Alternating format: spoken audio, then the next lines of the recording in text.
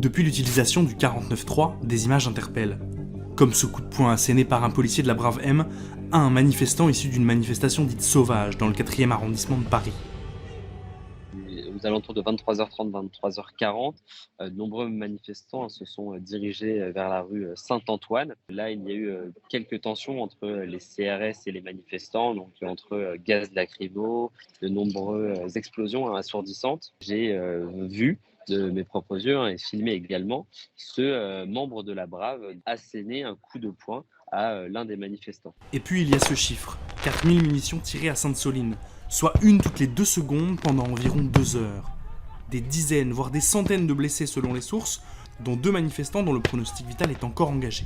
Contrairement à la version de la préfecture, il y a eu d'emblée une réaction extrêmement violente de la part des gendarmes, très rapidement, et d'une façon indiscriminée, c'est-à-dire ne visant pas spécialement les casseurs, les violents, mais visant l'ensemble des manifestants. Une analyse que ne partage évidemment pas le ministre de l'Intérieur. Monsieur Darmanin, est-ce que vous, de votre côté, vous condamnez les violences policières qui sont faites envers les manifestants ? Alors monsieur, moi je suis évidemment pas d'accord avec votre façon de présenter les choses. Il n'y a pas de violence policière. En effet, à Sainte-Soline ou lors des manifestations contre la réforme des retraites, il y a évidemment des éléments très violents qui cherchent l'affrontement avec les forces de l'ordre. C'est d'ailleurs ce qui justifie toute forme de violence policière pour ce syndicaliste de la police. Tout dépendra de la personne en face de nous. Là, on est affaire à des individus, on est dans de la guérilla urbaine, des individus qui utilisent des cocktails Molotov, qui utilisent des bouteilles d'acide, qui utilisent des pavés. Donc effectivement, on se retrouve dans une graduation du maintien de l'ordre plus élevée et donc beaucoup plus violente. Donc forcément, on est obligé d'utiliser un armement ce sont des armes, hein, de toute façon. Malheureusement, une arme peut tuer, peut mutiler. On sait très bien que ça va commettre des dégâts. Axel Ronde rappelle volontiers que la police est dépositaire de la seule violence légitime. La police utilise, comme toutes les polices du monde, au final, en tout cas dans les pays démocratiques, utilise la force strictement nécessaire pour rétablir l'ordre. Et forcément, quand on utilise la force, ça donne des mauvaises images. Le problème, c'est peut-être celui des contre-pouvoirs et des sanctions. D'après de nombreux experts du maintien de l'ordre, ils sont largement insuffisants. Et l'IGPN n'échappe pas à la critique.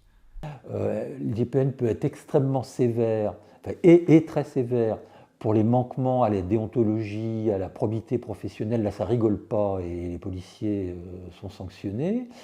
Mais sur des faits de violence ou d'abus commis dans l'exercice des fonctions de maintien de l'ordre, le niveau de sanction, il n'est pas inexistant, mais il est très bas. Éric Neveu estime que c'est la conception française du maintien de l'ordre qui est défaillante. Si on me cite une police dans un pays démocratique qui balance 4000 grenades dans la journée sur une manifestation comme à Sainte-Soline, ça n'existe pas.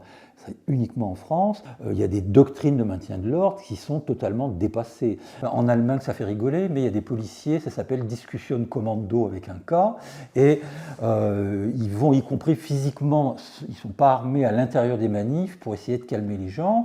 En France, on a des techniques, nassage, on balance du lacrymo sur tout le monde, c'est pas sélectif, ça considère le manifestant comme un délinquant, et en plus, soit les gens sont dégoûtés, viennent plus manifester, soit la fois d'après, ils viennent et ils ont des intentions beaucoup moins pacifiques que la première fois. Il regrette surtout qu'une remise en question de la doctrine actuelle ne soit pas du tout à l'ordre du jour. Nos gouvernants et les dirigeants, les responsables policiers, s'arc-boutent sur le mythe qu'il n'y a pas de violence policière, et que c'est quasiment une insulte que d'employer cette expression-là. Bon, alors même qu'un des effets des réseaux sociaux, c'est de rendre visible toutes sortes de cas de violences policières, parfois scandaleuses.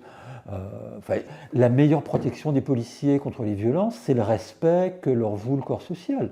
À vouloir rester impuni et à nier l'évidence, on voit le respect du corps social s'éroder, et ça, c'est tragique pour les policiers. Ce jeudi, des milliers de personnes ont manifesté dans toute la France devant les préfectures pour dénoncer les violences policières.